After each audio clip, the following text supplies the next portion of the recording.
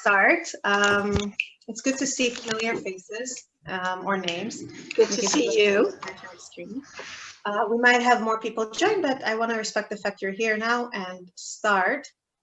And I feel like I can't just start though and just, let's delve into the Psalms when such historic things are happening all around us.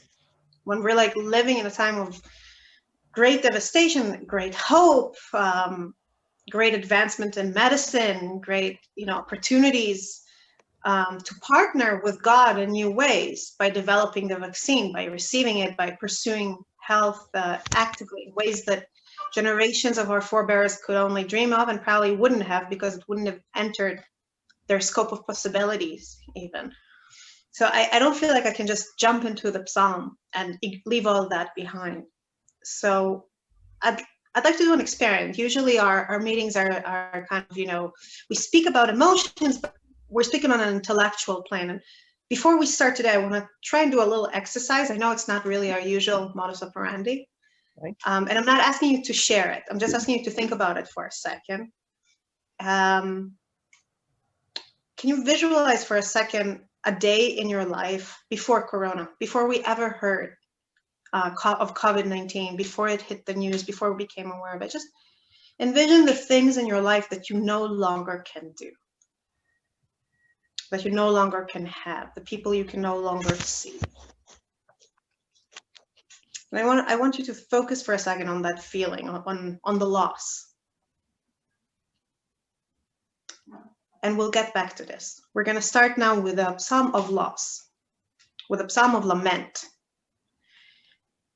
And at some point, I'm going to ask you if you feel that connecting to our own loss opens up new venues for you with this psalm. Can you hear this? By the way, there's construction around the building, and I don't know if you can hear it or not. So is that okay? Can you hear me okay? Okay. Yeah, it's just it's very subtle. If you really try, you can hear it, but it's not keeping us from understanding what you're saying. I'm relieved to hear that. Okay, so let's start by reading this this very famous psalm. It's one that there's a minhag to say before Birkat Hamazon during the week, not on Shabbat. We'll get to the Shabbat one in a bit. It's also, and that's something I only discovered recently, the most famous or the most central psalm for Renaissance England authors. This is the most quoted, alluded to, used in pastiches of all the Book of Psalms for that particular period, for people like Milton, Shakespeare, and their contemporaries. And let's just delve into it and start reading. I'll read it in English, but the Hebrew is right here. By the rivers of Babylon, there we sat and wept, as we thought of Zion. In Hebrew, it's Bezochrenu et Zion, which includes the meaning of memory. It's both thought about and remembered something, Zion. There on the poplars, we hung up our lyres, for our captors asked us there for songs, our tormentors for amusement. In Hebrew, it's simcha, happiness, not just amusement. Sing us one of the songs of Zion. How can we sing a song of the Lord on alien soil?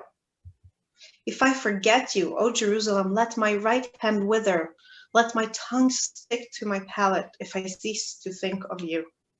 If I do not keep Jerusalem in memory, even at my happiest hour. Up until now, it's a very beautiful poem about loss, something that many people quote. One of the most famous, is one of the most quoted lines in all of scripture. Then comes the part that's a little less comfortable, and we'll get to it as well.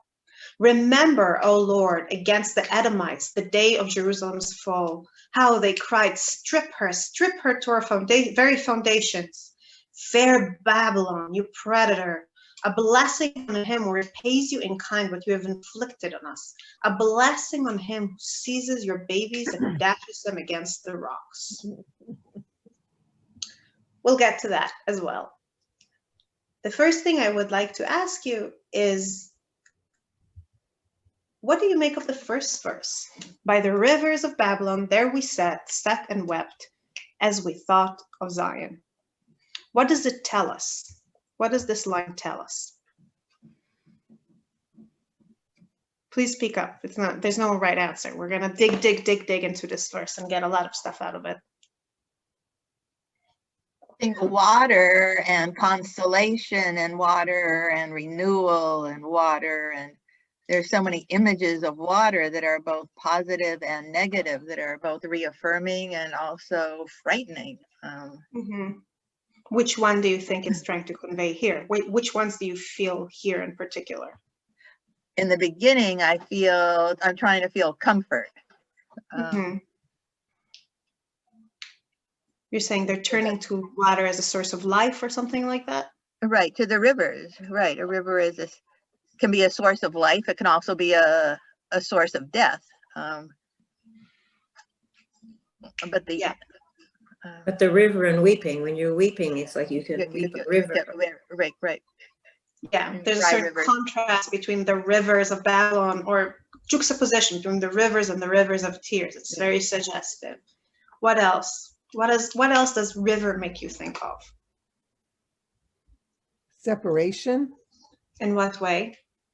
You know, one side of the river versus the other side of the river. Yeah, like we say about Abraham that he's ivri, right? Because he's on one side and the whole world is on the other side. So, and they're just experienced a very severe separation from their land, from everything they knew, from the life they used to have. They're relocated.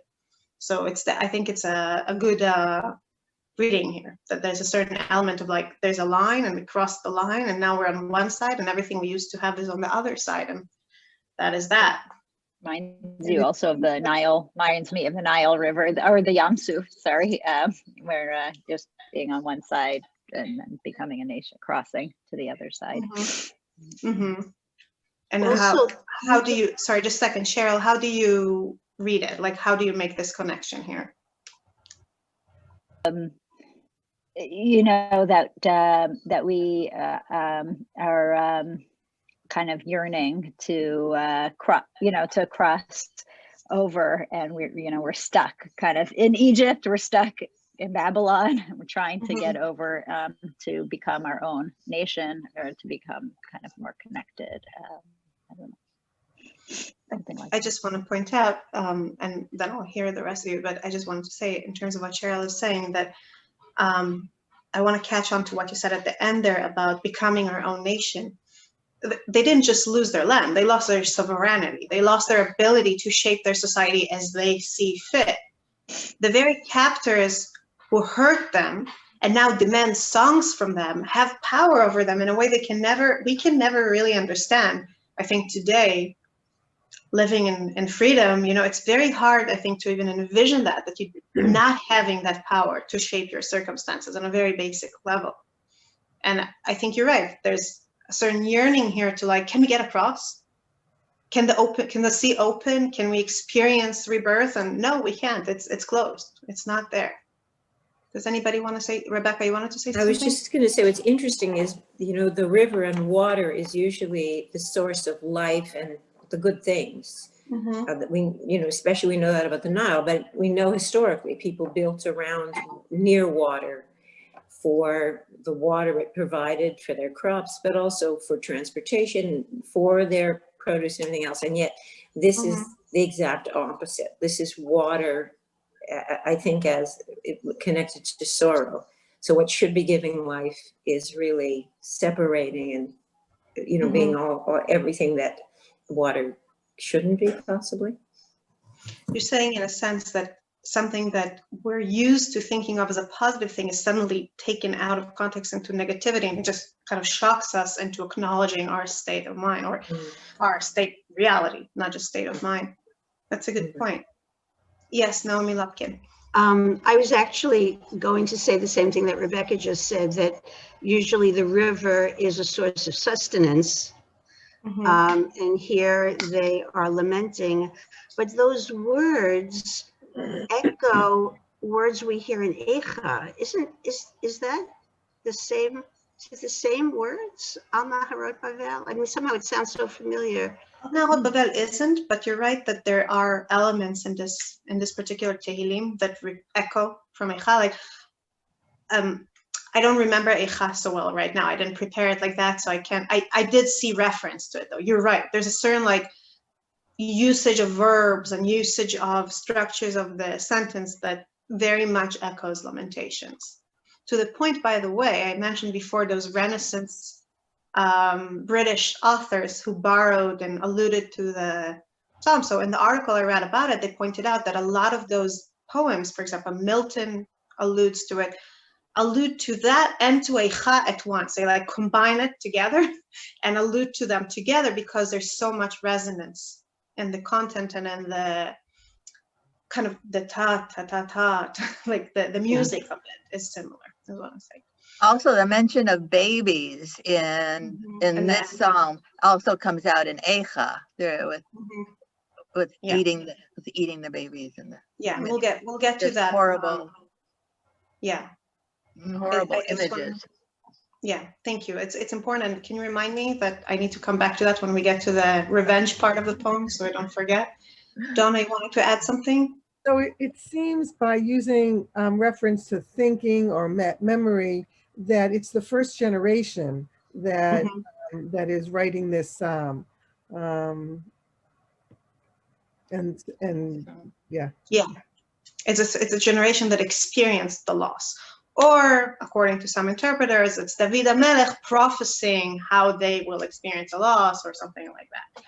But it's clearly, I think you're right, that it's clearly spoken when the trauma is fresh. It's not a song of 2,000 years ago, something happened, let us, mourn it today. It's a song of, oh my God, we just lost everything. Like, what are we supposed to do now? And with that in mind, I want to pick on something Rebecca mentioned in her answer, almost in a by the way kind of way. And I think it's actually very, very central here and can add to our understanding of this verse. Rebecca, you mentioned that ancient civilization was built around rivers.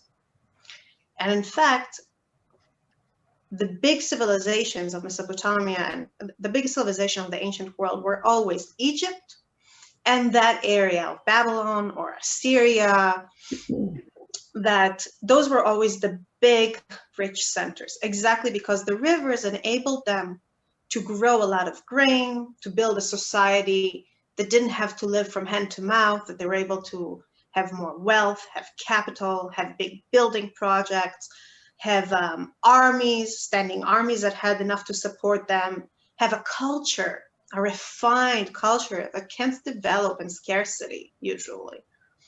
Those were the centers of civilization exactly because they were on the rivers.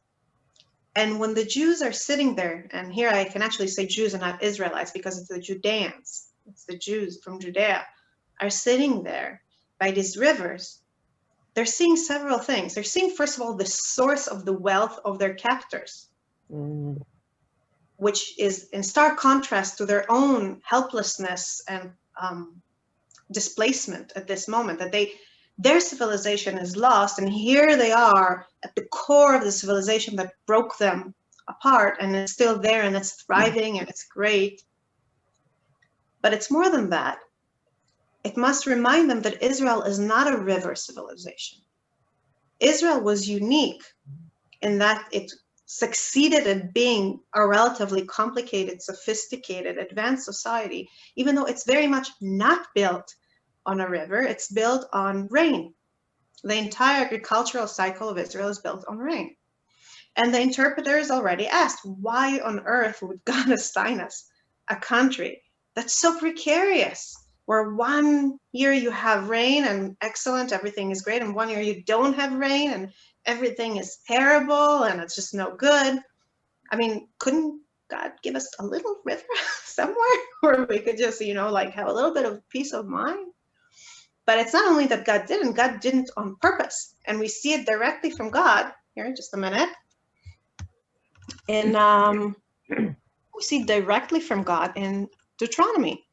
I'm reading here from Deuteronomy 11, 10 to 12. But there's the Jordan River. There's the Jordan River, and there's the Mediterranean. The Mediterranean is not really helpful for agricultural purposes. And the Jordan River does mean that a certain area of Israel has easier time agriculturally, but it's not, the kind of rivers that we have in Egypt and in Babylonia, they're not like just the fact that there's a stream of water going through. It's big enough and massive enough that you can build canals and build a whole agriculture, a whole huge system that can sustain a huge civilization around them. You can't do that around the Jordan River. Even at its best, you can't really do that. Mm-hmm. So let me just read the Deuteronomy 11 piece here. For the land that you are about to enter and possess is not like the land of Egypt from which you have come. There, the grain you sowed had to be watered by your own labors, like a vegetable garden. But the land you are about to cross into and possess, a land of hills and valleys, soaks up its waters from the rain of heaven. It is a land which the Lord your God looks after, on which the Lord your God always keeps his eye from year's beginning to year's end. And what the Ramban here below, and you can look at it later for yourself, says, following that, is that this is the point. It's not a mistake that God gave us a land that requires so much luck, or what we call providence. It's so that we would constantly live with this awareness that we depend on God, that we depend on our relationship with him. The verses we just read continue. I didn't bring the continuation, but it's V'haya im Shemo. It's a part we say in davening where we say, if you do well, I will keep rain and the land will grow food for you, etc., etc. And if you don't, then not. In other words, the fact that we depend on rain, the fact that we are not a river civilization at our roots, means that instead of being able to just rely on the bounty of nature, we have to rely on God's grace and on our own good deeds, on our compliance with the covenant. So now think about the people who lived that life, and now they're sitting by the river. It's alien. It's not the kind of land they're used to. It brings home the fact that they're not home, that it's different, that it's not how they're used to things. It brings home the fact that they failed, that the covenant that said, do what I say and I will give you rain, was broken. It brings home the fact that they lost, that their exile is their failure. It brings back that guilt. And it also brings home the fact that they're farther away from God. That on some level, the fact that now they no longer have to pray for water because they're in a place where water just gushes out of the ground for them, or flows on it at any rate. Forgive my inaccuracies in terms of geological distinctions. But the fact that they're there just kind of brings home to them that they don't need to dive into God anymore. And while one could say, oh, that's an improvement, you don't need to do that anymore, we know through the Bible that that kind of situation where someone has everything provided so they no longer have to pray isn't seen as desirable. That's seen as not being in a relationship to God. According to some interpretations, why did God, when the snake tempted Eve to eat the fruit, why did God tell the snake, your punishment is that from now on you'll eat dirt? After all, that's great. It means you'll always have food. We know that snakes don't actually eat dirt, but why is that the archetypal punishment for the snake? And the interpreters there, the commentators, the traditional commentators say, that's the point. The point is that the snake never lacks anything. The snake never gonna pray for anything. God is just removing the possibility of a relationship between himself and the snake from the table. And when the Jews are sitting on the Babylonian rivers watching this bounty, they're not just seeing a symbol of life and a symbol of death and of separation and just otherness, just the fact that they're no longer home. They're also seeing, going down the drain of that river, the kind of unique relationship that the land of Israel enabled them to have with the God they depended on. They just don't have that anymore. And it's in that place that they sit and they cry with all of that in mind. And they hang their lyres, saying, we can't express joy at this moment. And then come the Gentiles, then come their captors and say, oh, why don't you entertain us for a bit? Just a moment. And they say, for our captors, ask us there for songs, our tormentors for simcha, joy, I prefer it over amusement here, sing us one of the songs of Zion. How can we sing the song of the Lord on alien soil? And what we see here, It's really cruel. I have to say, I think of we've all heard the stories of things that the Nazis made captives do when we read that. So yeah, it's interesting because, I used to think that it's taunts, especially because they're described as tormentors. But then I thought maybe actually some of the Babylonians were trying to be nice and welcoming. Maybe they said, maybe they had in mind, like, sing us your songs, we'll sing you yours, you're away from home, let us make you feel at home a little bit. But the truth is, it doesn't matter what the motivation of the captors is. And I suspect that it differs from person to person, because people are different and come from different motivations. But what the Jews perceive is cruelty. What they perceive is an immense gap between how they are seen by others and what they see from inside. Because what to them is the song of God is a source of amusement, is a source of like aesthetic pleasure for the people around them. And I want to pause here. I think it's a really crucial point that, again, it's not about the motivation of the people asking them to sing. It's not about, are they good people, bad people, welcoming people, cruel people? Are they intentionally cruel or unintentionally cruel? It's about the fact that those people can't see the song of God in all its glory, in all its meaning, as the Jews see it. And the Jews don't see it as an aesthetic product. These Jews, and according to most interpreters, we're supposed to understand that these are the Levites saying this song. For them, this was part and parcel of what their purpose in life was, which was to sing in the temple, which was to bring their voice and their talent into the service of God, which was to bring a sense of religious ecstasy to the people who heard them. It's not just the land, the soil that the song is tied to. It's time and place and ritual and a whole set of meanings.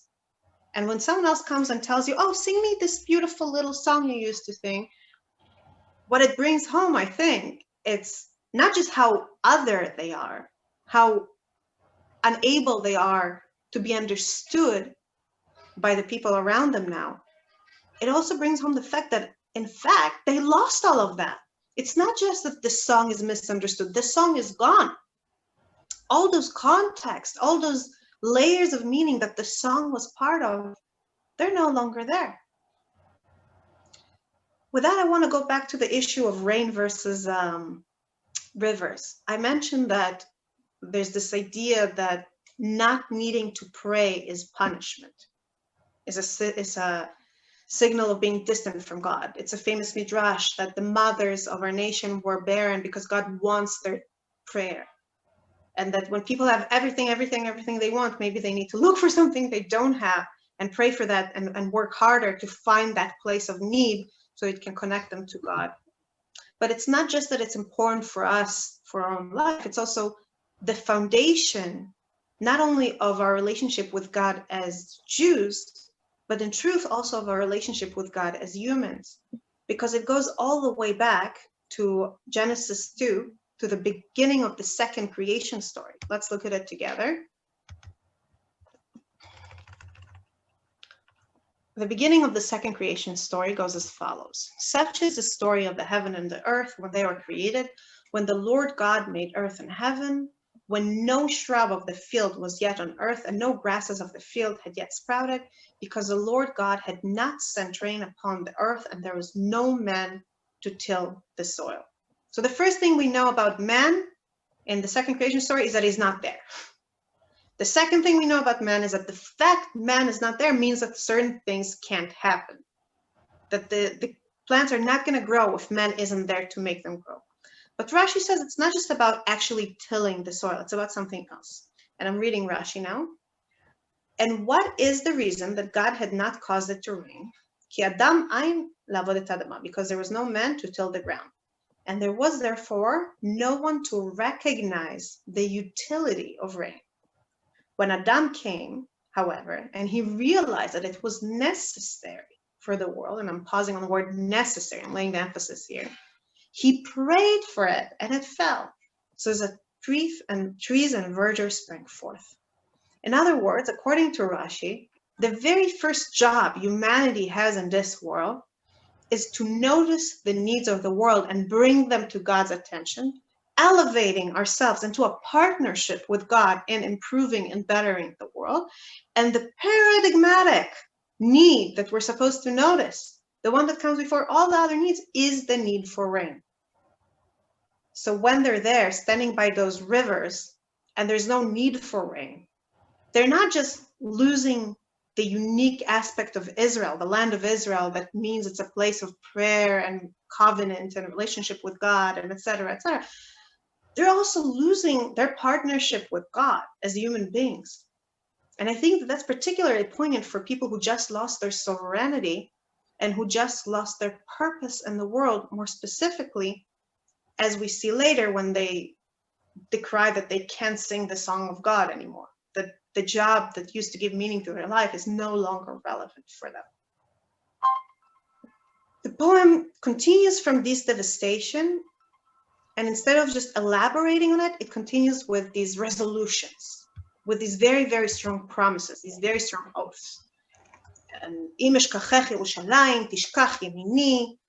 Let my tongue stick to my palate if I cease to think of you, if I do not keep Jerusalem in memory, even at my happiest hour.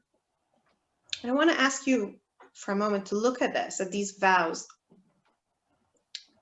Why do you think they're making these vows now? What they just acknowledge the devastation, the distance, the loss, the alienation, all these things. They just, through the gap between how they're seen and what they feel inside, they realize that they're out of place and out of purpose and unmoored. What is the purpose of these vows here? What are they trying to achieve by vowing to remember Jerusalem in these words and evoking these images of the hand, of the tongue, of raising Jerusalem at the happiest hour? They're trying to reconnect. They're trying to reconnect to God. Sorry, just a second. Everybody, like, I can't tell who's talking. Who's talking? Rebecca's talking? Cheryl is talking? It wasn't me, it was somebody else. I had something to say, but somebody else started talking. I started talking. They were trying to reconnect with God and to reestablish points of contact. And listening to you talk before reminds me of, God's hand and the kinds of things that we say on Pesach and, the images of God's strength and interesting. So you're saying that by using these images, they're relying on images we usually associate with God, but they're making it about themselves, something like that? I think they're trying to reconnect with God, that if they've lost their connection, they're trying to find a way to get the connection back. And so using these images then I think brings up God's strength and God's power and the hand of God and it's interesting though, because I'm wondering whether they have a fear for the future, which I think we all know that can happen, is that one can get so used to their circumstance and forget. And I mean, we see this. I mean, it's part of what we see it in what we live today. It is part of the wonderful thing about the human brain and our human ability to adapt and to adapt to circumstances. But one can forget one's purpose or what's important and function. And what they're saying is they're using these primal, their mouth, their hands, all these primal things to say, let this not happen to me, because let me not forget what's most important in our national memory, in my life, in our national life, or in. It's interesting because on the surface you're saying different things, but I think they're very connected. That Naomi, you're mentioning connection to God, and I want to pause here and add that we said that they lost the covenant, right? The rain was a symbol of their covenant with God. They're making a new covenant by putting down new oaths. They're making commitments. A covenant comes from a place of commitment. So they're reestablishing some covenant. It's not just the imagery, it's also the act of making an oath itself. And Rebecca, what you're talking about is also the disconnect and the fear that the disconnect will be worse. But right now, oddly enough, because they feel the loss so keenly, at least through the loss, they're connected to what they no longer have. But who knows what will happen in a generation or 2 or 3? And as you said, it's something we know very well. It's a real phenomena. Yes, Joyce. It seemed to me that the hand and mouth, or whatever, tongue, seemed connected to the songs of Zion instruments. They couldn't sing the songs. They refused to sing the songs, and now they were pledging their voices and hands to these new vows, these new ways of somehow carrying on. Yeah, just a minute, I want to show it to you in the source. Sorry, a second. Ibn Ezra in particular, and his interpretation for this psalm says, and I don't have it in English, why is it saying Yemini? Why is it my right hand? He says it's ba'avur, it's because of kinorotenu, our lyres, because it's the right hand you use to play on the lyre and use it and make music with it. And indeed, a lot of those Renaissance allusions read it like that, read it as a continuation of the theme of playing and making music, saying that, first of all, we can't make music here. It's just, we can't. It's not just an aesthetic product. It's our life. It's our being. It's our purpose, and we can't do it here. But even if we were to make music eventually, no matter what happens, if in some way it leads to us losing that connection, let us die. Let our ability to create just die. We'd rather it didn't exist in the first place. Yes, Cheryl. And I guess I was also thinking maybe along the same themes, just that, our physical being, using things with our hands is kind of the labor of the physical labor, and then the mouth, of course, being more of the spiritual labor, and just connecting kind of both our entire being, our entire selves, kind of devoted to God, to our people, and sort of realigning our focus fully, I guess. And that's how I read it. I'm thinking also, having just had a bar mitzvah for our son, and him putting on the tefillin on the hands and on the rosh. It's not exactly the mouth, but sort of a similar idea, in that kind of just the whole being connected to God.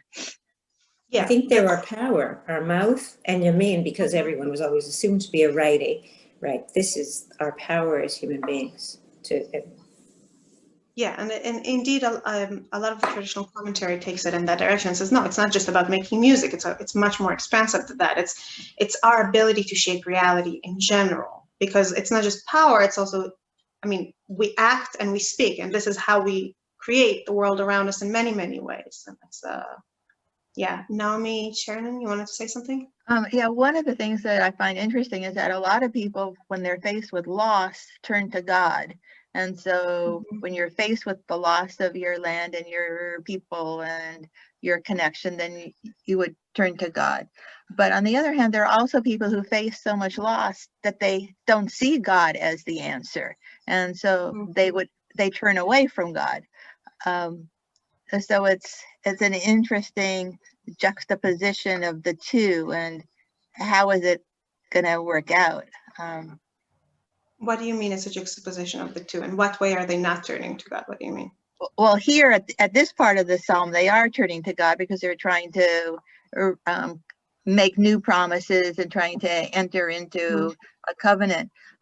But thinking about people who went through the Holocaust, they're people that we know who become very devout. They're people who totally don't want to have anything to do with God. So I'm wondering how it plays out in this instance also.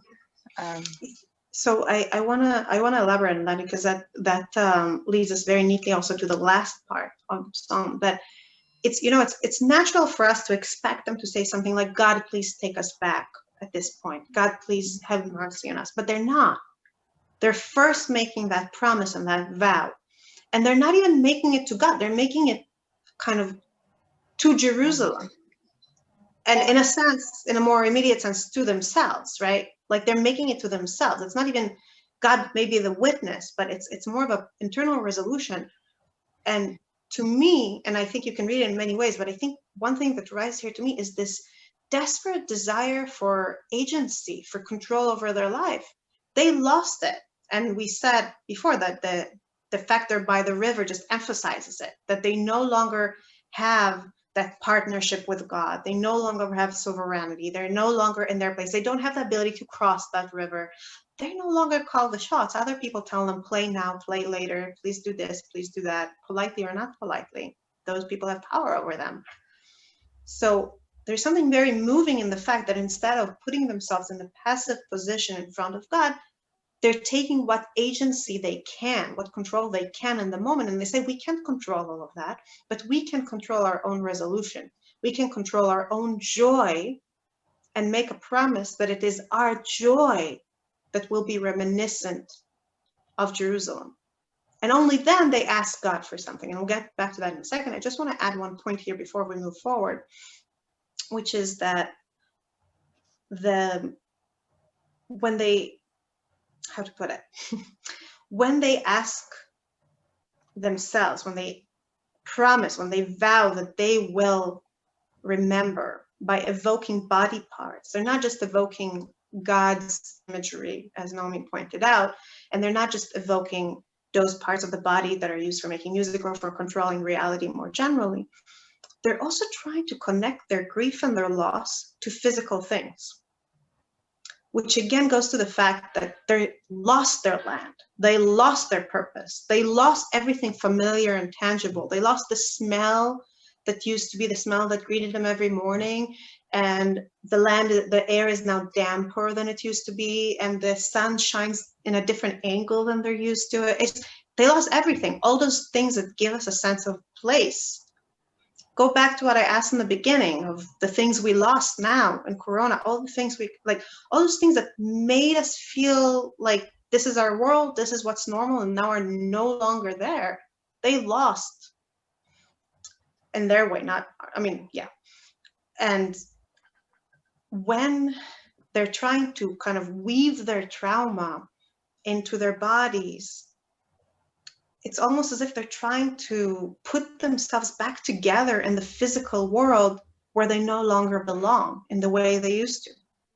It's almost as if they're trying to work the grief into their experience of their own physicality, of their own flesh, which, by the way, is something that's used in therapy, locating traumatic emotions in particular body parts as a tool for gaining a sense of agency in our own healing. And I'm not a therapist, so I'm not going to elaborate on that. It's just what I read and learned. I think it's outstanding, though. I think it's really powerful, though, that this is not where it ends.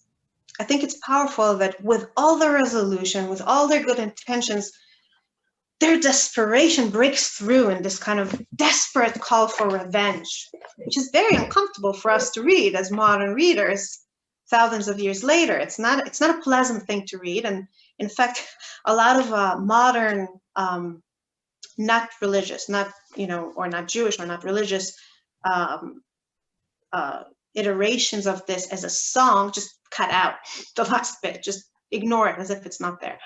But if what we're trying to do here is to capture their state of mind, I think it's very authentic, because it's easy for us to say, oh, no, you shouldn't say that. That's not appropriate. That's not the right thing to say. Why do you want innocent babies to suffer? What we're seeing here is the fact that no matter what they resolve, no matter how they try to work out their grief into their body or make resolutions that will help their children remain connected to their past, there's still people who are suffering right now. There's still people who are kicking and screaming and want the future of their enemies, which is the babies, the children, to be snatched from them just as their future was snatched from them.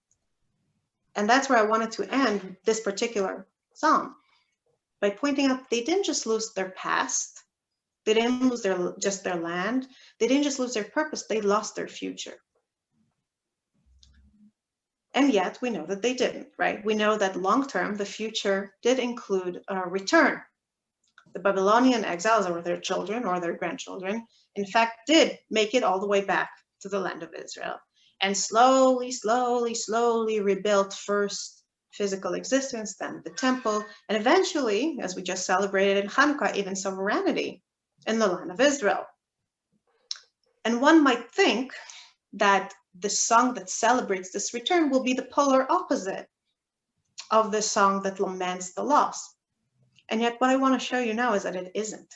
That Shir HaMa'alot, the famous jubilant song we sing every single week before Birkat HaMazon on Shabbat, while being jubilant and joyous and thankful and grateful, etc., etc., etc., contains a lot of the same themes and a lot of the same feelings and a lot of the same needs that we see in the Song of Lamentation, that is Psalm 137. Let's look at it together.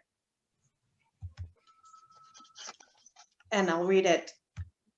Actually, I'll read it in Hebrew this time, and you can look at the English right next to it.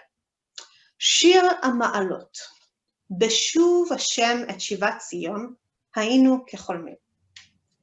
Az imale schok pinu, ulshonenu rina, אז יאמרו בגויים, הגדיל השם לעשות עם אלה. הגדיל השם לעשות עמנו, היינו שמחים.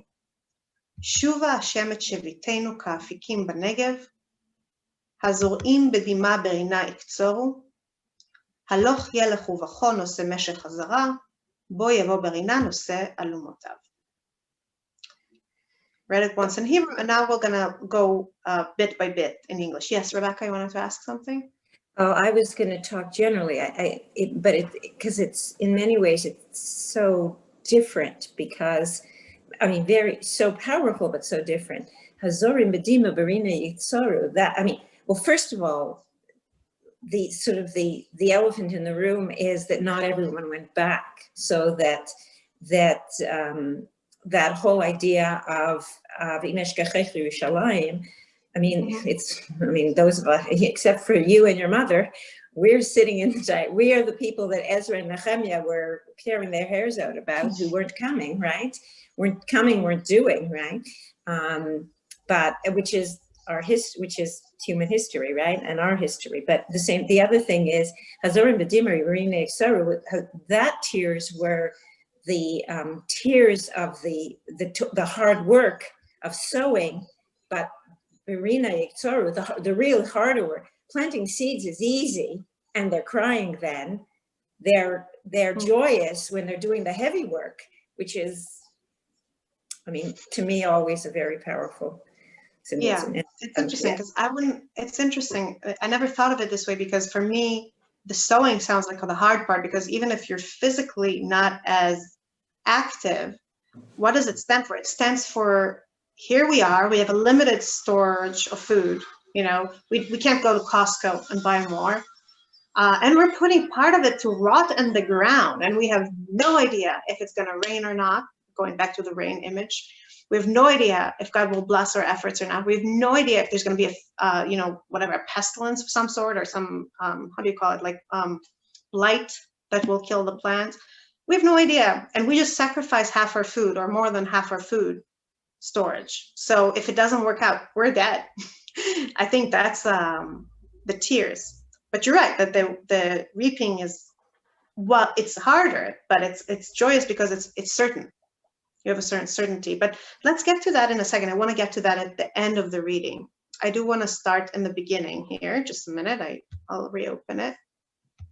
A song of ascents. When the Lord restores the fortune of Zion, we see it as a dream. So on the face of it, this is a very positive statement. It says that it's like dream, that it's beautiful, that it's amazing, that it's almost too good to be true. But the truth is that it's not so clear what the dream is. It's not so clear if they feel like it's a dream when it happens, or that the past, the exile, now looks like a dream because they're back to Zion and reality. Also, dreams, while being places of fantastic images, and wondrous adventures, are also not real. And if they're feeling like they're in a dream, there's a certain anxiety there of are we going to wake up? are we going to wake up? They're not fully certain that it's actually happening, even if we assume that the dream is the present of the return to Zion. It's like they're not fully rooted in the moment yet. It's happening and it's a dream, but it's not, it doesn't feel real for them yet. And then it goes on to say, our mouths shall be filled with laughter, our tongues with songs of joy. Laughter, once again, continues this kind of streak that we see in the word dream, cholmim, dreamers, of this feeling that something goes beyond the bounds of reality.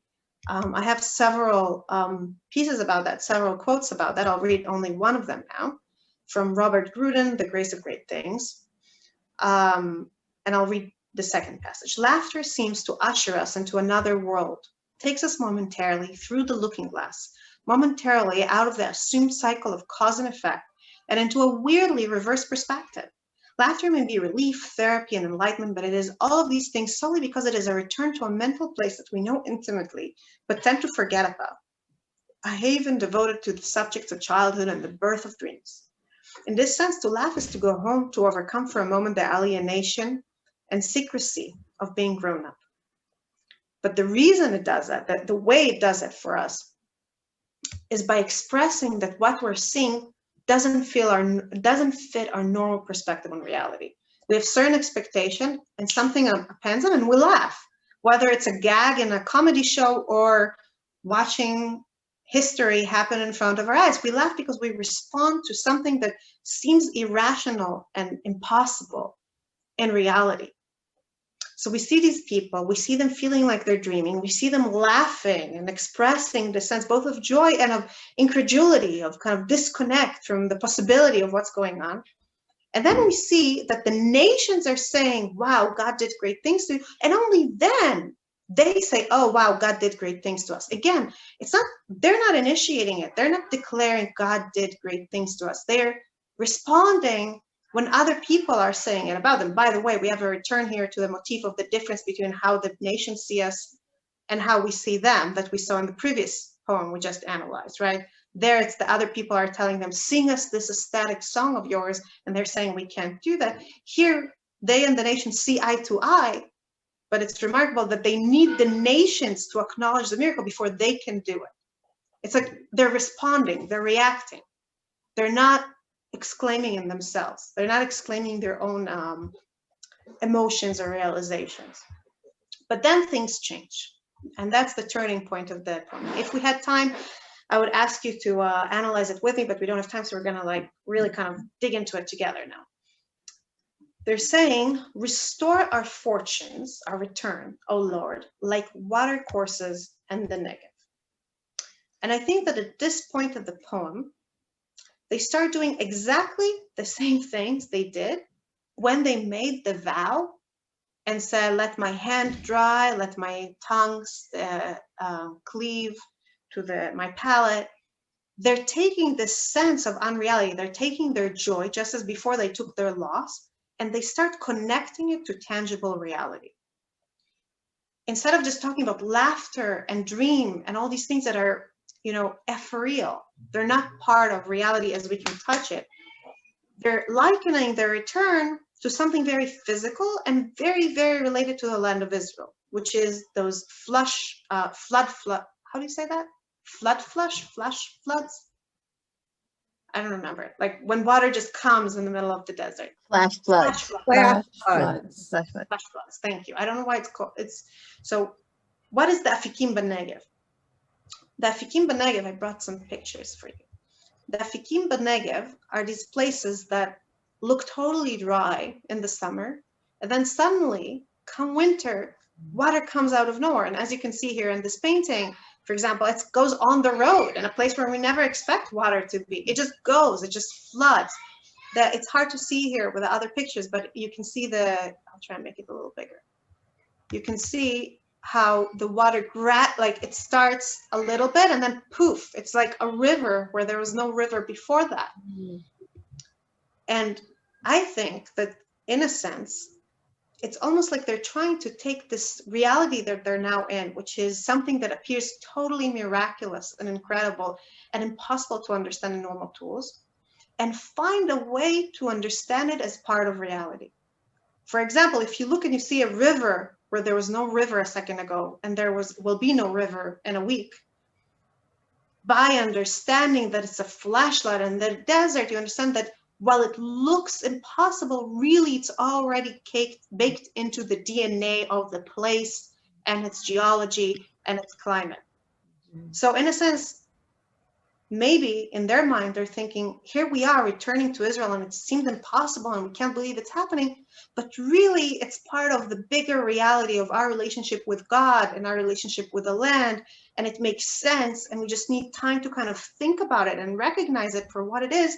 And then we wouldn't be in this place of incredulous laughter anymore. And instead, we will be able to like do something about it, control it, engage with it. And then they do something even more dramatic. Not only do they connect it to an image of reality, connect their experience to an image of tangible, real geographic reality, Israelite reality, they're also using an image that helps them connect their past and their future. Whichever one feels like a dream at the moment, whether it's now that they're back in Israel, that their life in Babylon looks like a dream, or that now that they're in Israel, this new life looks like a dream.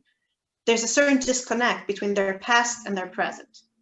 And now they're trying to bridge over it. They're saying, let's think about it as someone who sows crying and then reaps in joy. In other words, the past of suffering and the present of happiness are not two disconnected states. They're a process.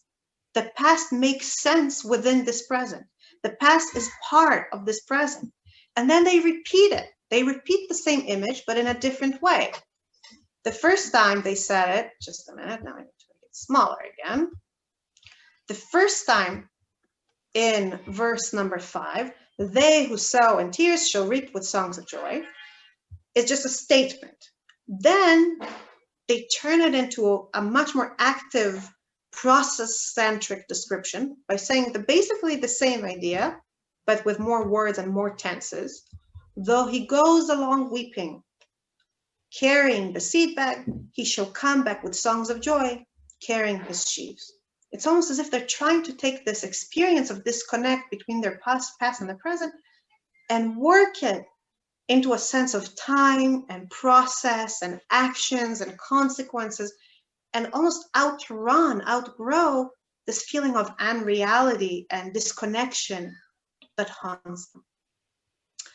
In trauma treatment, it's well known and well advised and well researched that one of the things that help people is telling their story, is taking traumatic experience and turning them into a story they can tell from their perspective. And a lot of therapists do amazing work working with people, working with people to help them turn what happened to them from this kind of fragmented memory of loss of control to a narrative that they design, they control, they choose how to integrate with the things that matter to them, their values, their life, their future expectations. I brought in the source sheet that you can see for yourself later, I brought that one source about it. There's plenty others, of course. And again, I'm not a therapist, it's not my expertise. But when I read these two poems that are on the face of it so very different, the poem of lamentation and the poem of joy and ascent and return, what I see in both of them is an attempt to take an experience that's unspeakable, an experience that shatters the world as we know it, an experience that throws us out of our sense of security, out of our sense of self, out of our sense of knowing what the world is about, whether the sense is rooted in independence or in dependence, in exile or in life in Israel. Whatever it is, something happened and throws us out of it and fragments us and breaks all the old connections that we made in order to understand our world. And they're trying to rework their emotions and their sense of self into their body, into their perception of time, into their perception of purpose, into their perception of meaning. And in that regard, both of these poems, even though they're on such different registers emotionally, serve as a similar lesson. They both kind of lead us if we allow ourselves to be led by them, to a place of taking our own moments of shock and our own moments of loss. And I asked in the beginning that you think about what we lost now in our own lives. These poems, these psalms, these prayers, what they teach us, what they tell us is that by taking our past and our present, by taking what we lost and what we gain and working it into our sense of self, we can create a new commitment. We can create a new set, a new covenant with ourselves, with God, with each other, in which we can sow, in which our sorrow is no longer just a disconnected thing, but rather something that can grow into something else.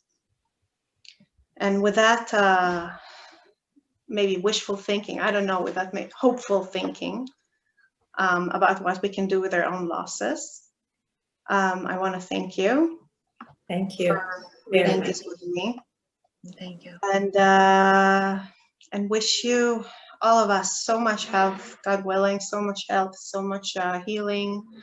May all of us see the Song of Ascent. May all of us be able to sing a Song of Ascent and say that we're like dreamers, and leave this darkness behind very, very, very soon. Amen. Great. Amen. Thank Amen. you.